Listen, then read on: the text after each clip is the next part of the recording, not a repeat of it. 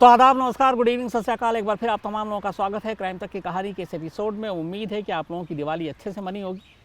हालांकि दिल्ली में तमाम कोशिशों के बावजूद दिवाली की रात धमाकों और पटाखों की बड़ी आवाज़ें आईं और मुझे लगता है कि जिस तरीके से लोगों को जागरूक होना चाहिए शायद वो नहीं थे। कम थी मात्रा आम तौर पे जो पिछले सालों के मुकाबले, लेकिन फिर भी थी। और ख़ासतौर पे ये चिंता की बात इसलिए है कि जो दिल्ली है वहाँ पे ऑलरेडी कोरोना का कहर ज़्यादा है। केसेस लगातार 8000 के करीब आ रहे हैं, 80 से 100 लोगों की मौत हो रही है रोज़ाना।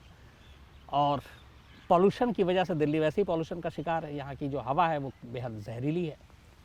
उसके बावजूद दिल्ली वालों ने पूरी तरीके से पालन नहीं किया जो करना चाहिए था। इसका असर ये है कि अभी भी देखिए दिल्ली में मौसम जो है, एक तो बारिश का मौसम है, बादल भी है, लेकिन प्रदूषण भी है। तो फ्राइडे के बाद कहानी का सिलसिला आज वापस। वीक का पहला दिन मंडे। आज की कहानी की फरमाइश भी क्राइम तक के फैमिली मेंबर ने की है। बहुत टाइम से कर रहे थे लेकिन बारी आज आई है। इस कहानी का ताल्लुक जहां मैं बैठा हूं मेरे पीछे की उस इमारत से भी है, इसलिए मैं कैमरामैन विनोद शिकारपुरी से कहूँगा कहानी शुरू करूँ उससे पहले आपको एक बिल्डिंग दिखाना चाहता हूँ। मैं इस वक्त बैठा हूँ नॉर्थ और साउथ ब्लॉक। ये जो आप बिल्डिंग देख रहे हैं और ये जो सड़क है, ये सीधी सड़क राष्ट्रपति भवन की तरफ जाती है। तो एक तरफ नॉर्थ ब्लॉक है, एक तरफ साउथ ब्लॉक है। इसमें defence ministry, finance ministry, home ministry और प्राइम मिनिस्टर ऑफिस यानी कि प्रधानमंत्री का दफ्तर भी है।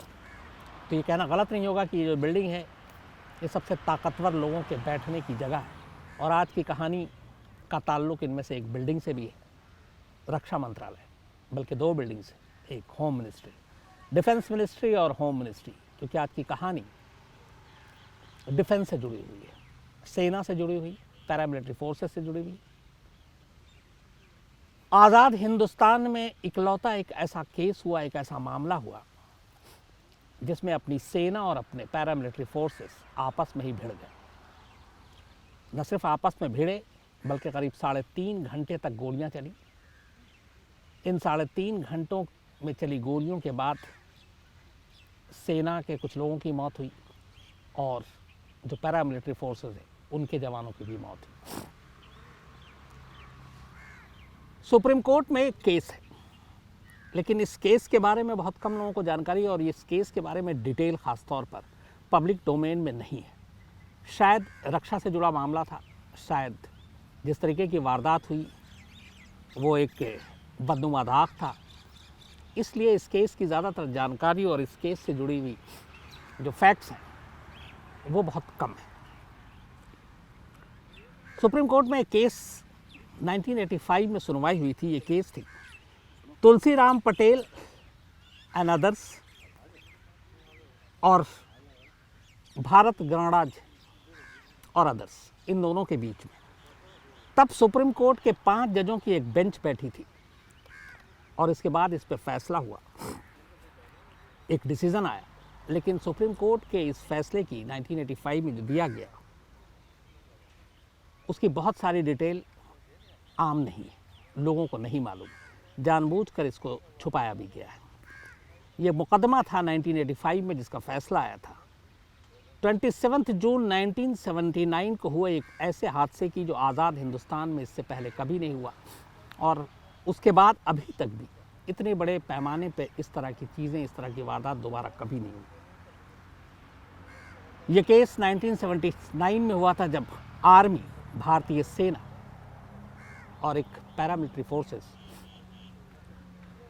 CISF के बीच खूनी झड़प हुई थी। इस झड़प में कहते हैं कि एग्जैक्ट फिगर में भी डाउट है, लेकिन कहते हैं CISF की तरफ से करीब 22 लोगों की मौत हुई थी और इंडियन आर्मी की तरफ से करीब 3 लोगों की। दोनों ही भारतीय सेना, मतलब एक सेना, एक पैरामिलिट्री फोर्सेस, लेकिन उसके बावजूद आपस में लड़े।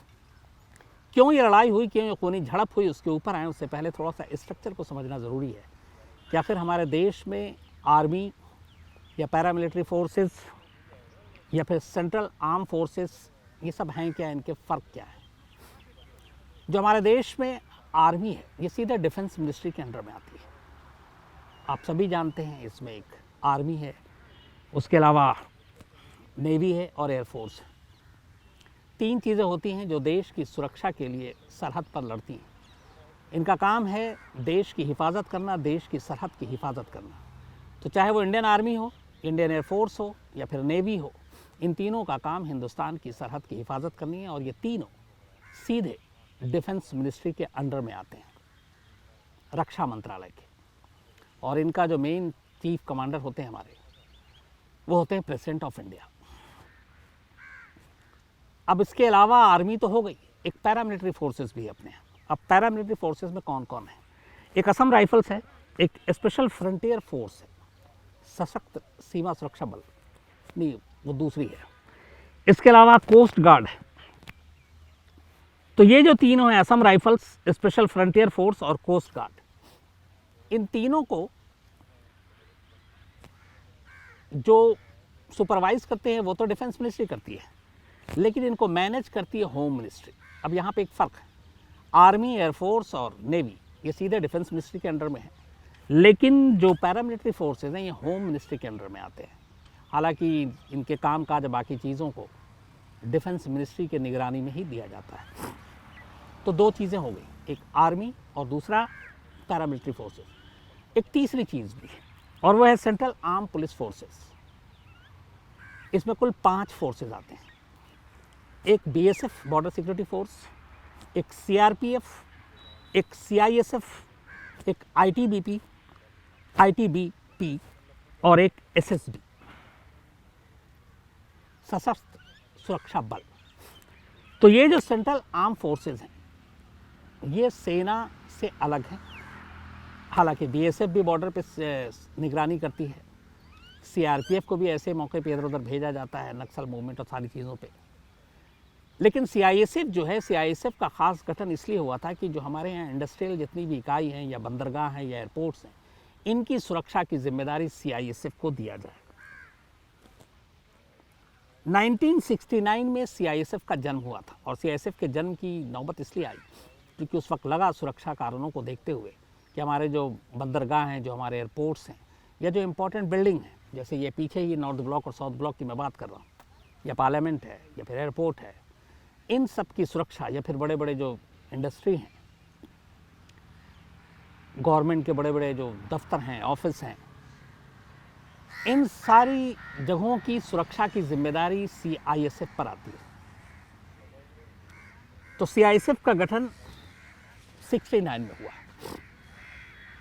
अब सवाल यह है कि आर्मी और सीआईएसएफ के बीच 1979 में यह खूनी झड़प हुई क्यों? तो हुआ ये कि जब सीआईएसएफ का गठन हुआ तो ये सोच बड़ी क्लियर थी कि इन्हें क्या काम करना है, लेकिन सीआईएसएफ के लोगों को भी लगा कि वो भी वर्दी में है और उनका भी हक है उन सारी सहूलियत और सुविधाओं की जो आर्मी को मिलती है। यहाँ आपको एक चीज़ क्लियर कर दूं कि जो सेंट्रल आर्म फोर्सेस हैं अपने,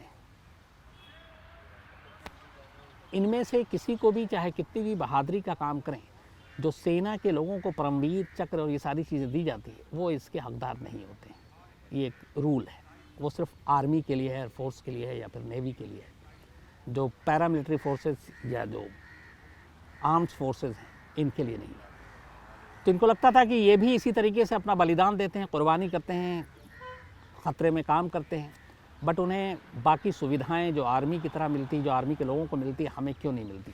इसको लेके जब सीआईएसएफ का गठन हुआ 69 में, उसके बाद धीरे धीरे सीआईएसएफ के जवानों में इसको लेकर थोड़ी सी सुगबुगाहट शुरू हुई।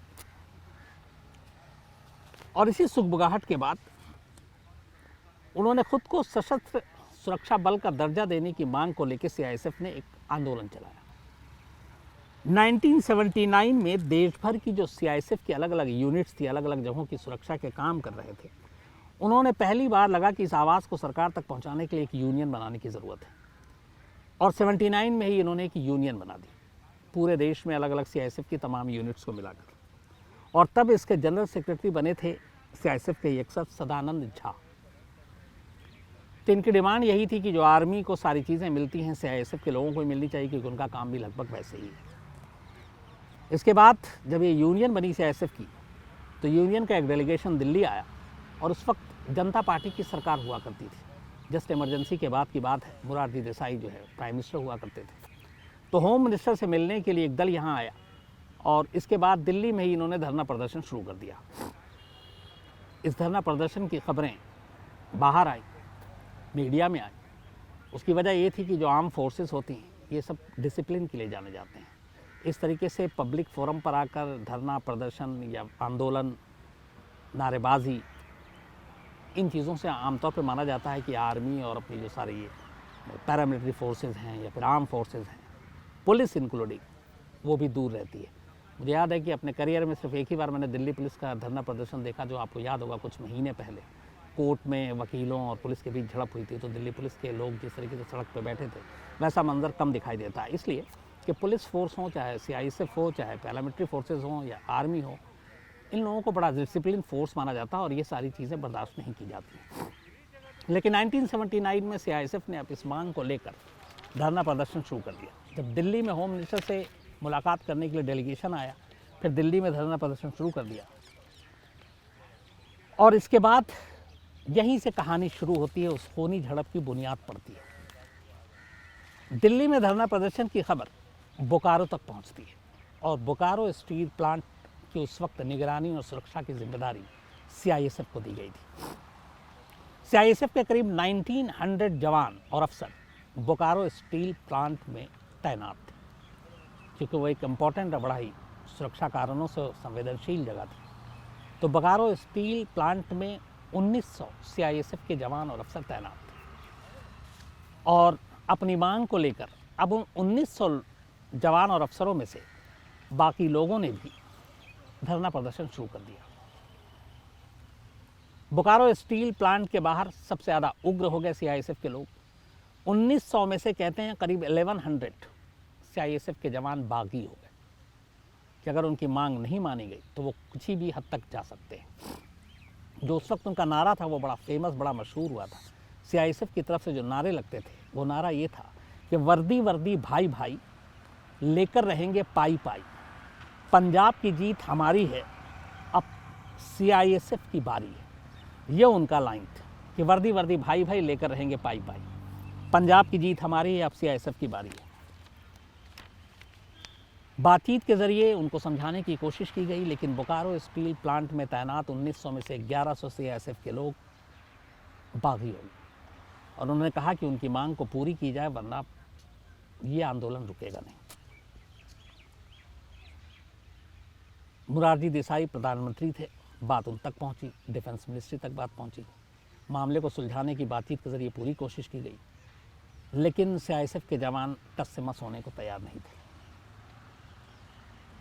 इसी के बाद जब लगा कि खबर आई खुफिया तरीके से कि 1100 बागी हो गए, उनके पास तमाम हथियार हैं और वो किसी हद तक जा सकते हैं, तो मजबूरन प्राइम मिनिस्टर को दखल देकर सेना को बुलाना पड़ा। पहली बार एक दूसरे फोर्स की कुछ हरकतों को दबाने के लिए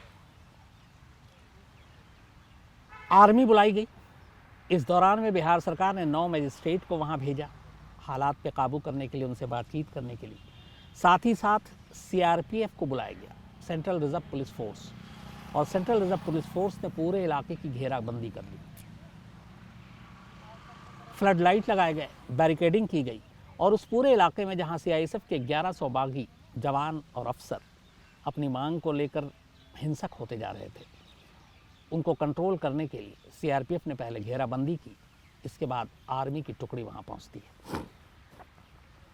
24 जून की बात है, CISF को ये पता चल जाता है कि आर्मी की टुकड़ी आ गई है, CRPF है और वो शायद किसी भी हद तक जा सकते हैं। तो इन्होंने रेत की बोरियां जमा करनी शुरू की और प्लांट में मौजूद जितने हथियार थे वो अपने कब्जे में ले लिए और करीब 1100 CISF के जवानों ने पोजीशन ले ली अपनी अपनी। 24 जून, 25 जून, 26 जून 3 दिन तक बातचीत की कोशिश की गई। CISF के बड़े बड़े अफसरों को इसमें कुदाया गया कि आप बातचीत कीजिए, मसले को हल कीजिए, लेकिन जो 1100 बागी हो चुके थे वो किसी भी कीमत पर तैयार नहीं थे कि जब तक उनकी मांग पूरी ना हो और सेना के बराबर उनको बाकी सुविधाएं नहीं दी जाएंगी, वो इसी तरह रहेंगे। 3 दिन की तमाम बातचीत, कोशिश हो गई, हालात बिगड़ते गए। चूँकि CISF के लोग पोजीशन ले चुके थे, हथियार थे उनके पास, काफ़ी मात्रा में हथियार थे, हालात नाजुक। आखिरकार जब लगा कि अब कुछ नहीं हो सकता, तब 27 जून 1979 का वो काला दिन आता है जब सुबह सुबह आर्मी की टीम जब बढ़ती है तो दोनों तरफ से गोलियां चलनी शुरू हो जाती हैं। करीब 3.5 घंटे तक बोकारो स्टील प्लांट के इर्द गिर्द ज़बरदस्त गोलीबारी की आवाज़ गूंजती है। पूरे बोकारो में लोग इस फायरिंग की आवाज़ सुनते हैं। 3.5 घंटे तक गोलीबारी होती है और 3.5 घंटे बाद जब गोलीबारी रुकती है, सीआईएसएफ के जो बागी सारे जवान अफसर थे उन्हें लग जाता है कि अब वो शायद मुकाबला नहीं कर पाएंगे सेना का। 3.5 घंटे के बाद वो हथियार डाल देते हैं। इस 3.5 घंटे की फायरिंग के बाद जब सब कुछ रुकता है तो पता चलता है कि सेना के एक मेजर समेत 3 लोग शहीद हो गए। दूसरी तरफ सीआईएसएफ के जो लोगों की मरने की तादाद थी, जिनकी मौत हुई, वो कहते हैं 22 से 29, 22 से 29 जवान और अफसरों की मौत हुई सेना और सीआईएसएफ की इस खूनी झड़प में। बाद में उन सारे बागियों को गिरफ्तार किया गया। जो लोग इसमें सबसे आगे थे उनके ऊपर मुकदमा चलाया गया। लेकिन ये फैक्ट, ये दस्तावेज़, ये जो पूरी कहानी है कि इसमें से कितने लोगों को क्या सज़ा हुई, इसकी सही गिनती आज भी कहीं रिकॉर्ड पर नहीं है। जैसा मैंने शुरू में कहा था, मामला सेंसिटिव था, इसलिए सुप्रीम कोर्ट के वो फैसला भी या तो नेट पे या बाकी जगहों पे डिटेल में कहीं नहीं है। बल्कि सीआईएसएफ के रिकॉर्ड से भी उन नामों को हटा दिया गया जो लोग बागी थे और जिन्होंने ये सारी चीज़ें की थी। उसी वक्त उसके बाद ये हटा दिया गया। हालांकि कहते हैं कि इस घटना में शामिल सीआईएसएफ के कई लोगों को सजाए मौत और उम्र कैद की सज़ा दी गई, पर कितने लोगों को फांसी दी गई और कितनों को उम्र कैद की सज़ा हुई, ये गिनती भी सही किसी के पास नहीं। लेकिन सुप्रीम कोर्ट ने 1985 में जो मुकदमा मैंने आपको शुरू में बताया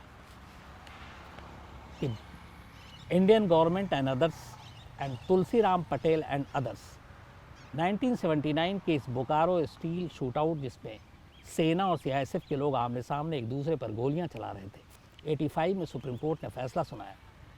इसमें फांसी भी हुई और उम्र कैद की सज़ा भी हुई। लेकिन कितनों को फांसी हुई और कितनों को उम्र कैद की सज़ा हुई, ये एग्जैक्ट फिगर रिकॉर्ड पर नहीं है, लेकिन ये हुई है।